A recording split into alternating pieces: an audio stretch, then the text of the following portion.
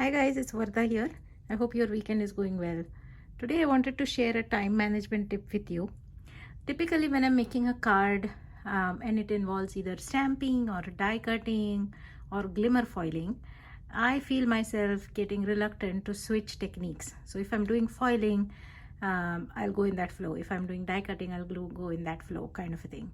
And there might be a little bit of stamping and die cutting mixed together, but I find myself reluctant to pull out my glimmer machine and just for a sentiment add like glimmer or whatever. I feel like I become lazy, for lack of a better word. So what I did today was I just put some music, I picked up some foils, a bunch of sentiments, and I went on a foiling frenzy. So because I don't know any better word for that either. Okay, so that's what I did. I'm going to share my products and I'm going to share the foils that I did for everything today. I used the Hammermill cardstock. I will link to the actual product I used in the description box below. I have found best results with this, and I did both positive and negative foiling, and then later on again put some music and go on a die cutting frenzy. That's what I'm going to do. That way I'll have a bunch of sentiments ready for me whenever I'm making a project. I hope this tip helps you.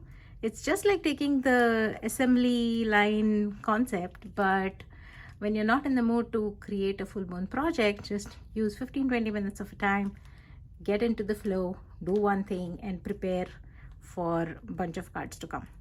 Enjoy. So these are the products.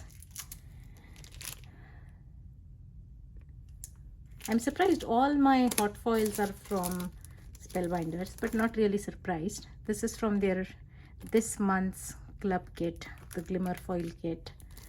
And then the other two, this is an older one, this is also older one. These two are again new.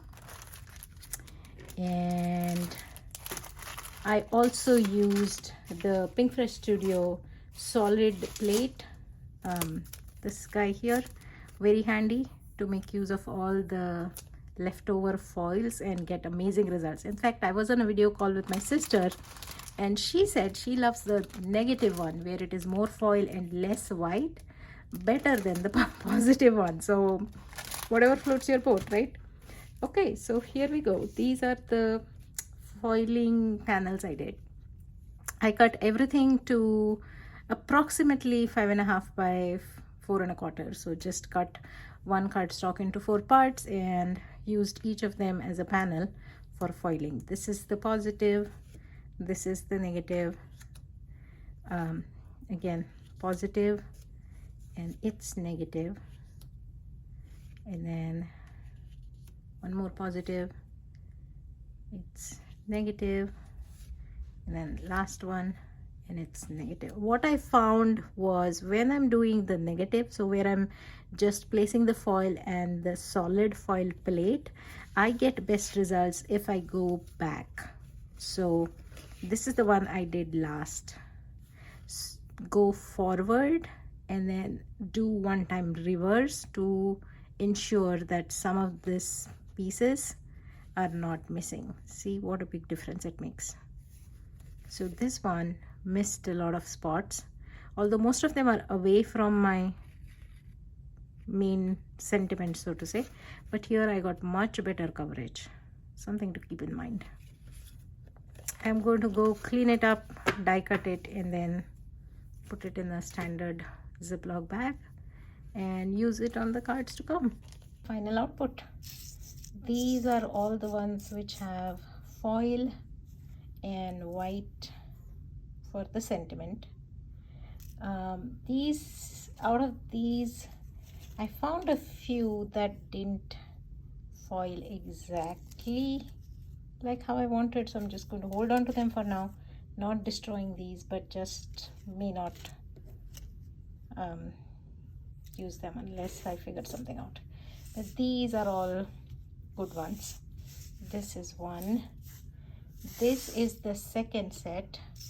This is all white with gold foiling, and these are just gorgeous. I can't wait to use them. Just see, it's smooth, just like butter. And then these are all the striped ones, which I initially was wondering whether I should just die cut them right now or cut them right now, but then I figured depending on the project I might want to die cut them as a banner or a different style of a banner.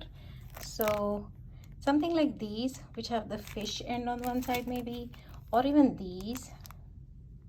See, so depending on the project I might decide to do something else. So I just did not want to cut them into stripes or anything. I just left them be. Some of them, see, initially I started cutting them into stripes, but then I was like, no, I can just do the die cutting right on top of this. So these are the ones that were negative foiled, and these are the ones which are gold on white, and I'm in love, like completely honestly head over heels in love. Okay, so that's for, I think it took me about I did take a lot of breaks, so I think it took me about 30 minutes to do all of this. Definitely worth it, definitely worth it, I would say. Yeah, so go for it, enjoy some time to yourself, music, beautiful foils and sentiments. Have a great day. Bye.